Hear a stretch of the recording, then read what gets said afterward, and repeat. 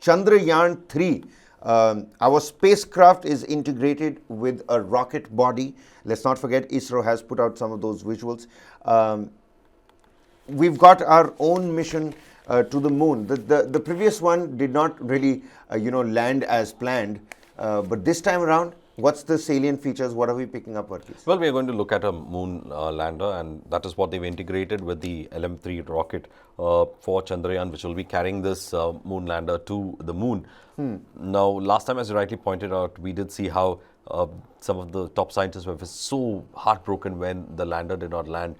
This time we'll be able to do it. And what's different this time around? This time they have learned from the failures, basically, on the landing front. And also, each failure is a learning process for ISRO, and ISRO has always ensured that its learning curve is on the high when there are failures. So I'm just reading a small portions of what the Hindustan Times has covered on that. India's moon rocket Chandrayaan-3 is now in the last leg ahead of the launch. The rocket assembly has been completed, the spacecraft has been fully integrated, and payload fairing has been achieved successfully. Officials of the Indian Space Research Organization, ISRO, and the Department of Space said on Wednesday. Now also, please understand, we are joining what we call as the new space race to the moon. We have the Artemis missions coming up. We have the Chinese interested in going the United to the moon. States. Prime Minister Modi and Joe Biden spoke about our space ties. So we are interested in the moon. So the moon is going to be the next place where a lot of international powers are going to race to.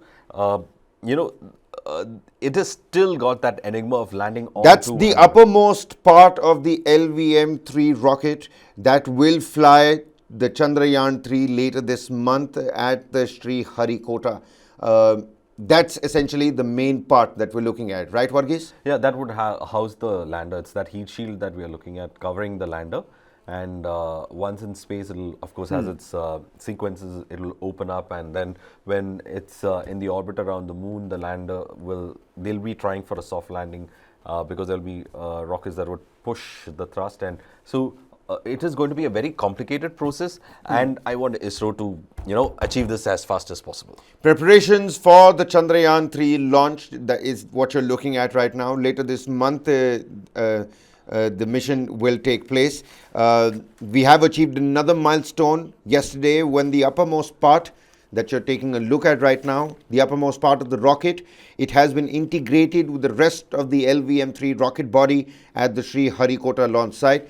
It is this uppermost part of the rocket that houses the spacecraft, as the lower parts of the rocket get systematically detached during the flight while providing the thrust to carry forward the mission. Chandrayaan-3 consists of a lander that you can see, a rover module that are supposed to make the landing soft on the surface of the moon, completing the unfinished job of Chandrayaan-2.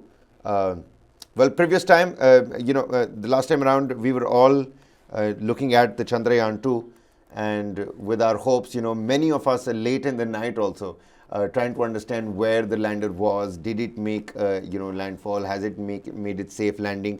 But later on we got to know that it's crashed somewhere. The other orbit, that the satellite that was orbiting the moon gave us pictures the next day that we've seen the Chandrayaan-2 lander and it's crashed somewhere. Let's hope that we're able to successfully complete Chandrayaan-3. The spacecraft has been integrated with the rocket body, so another positive step in the right direction.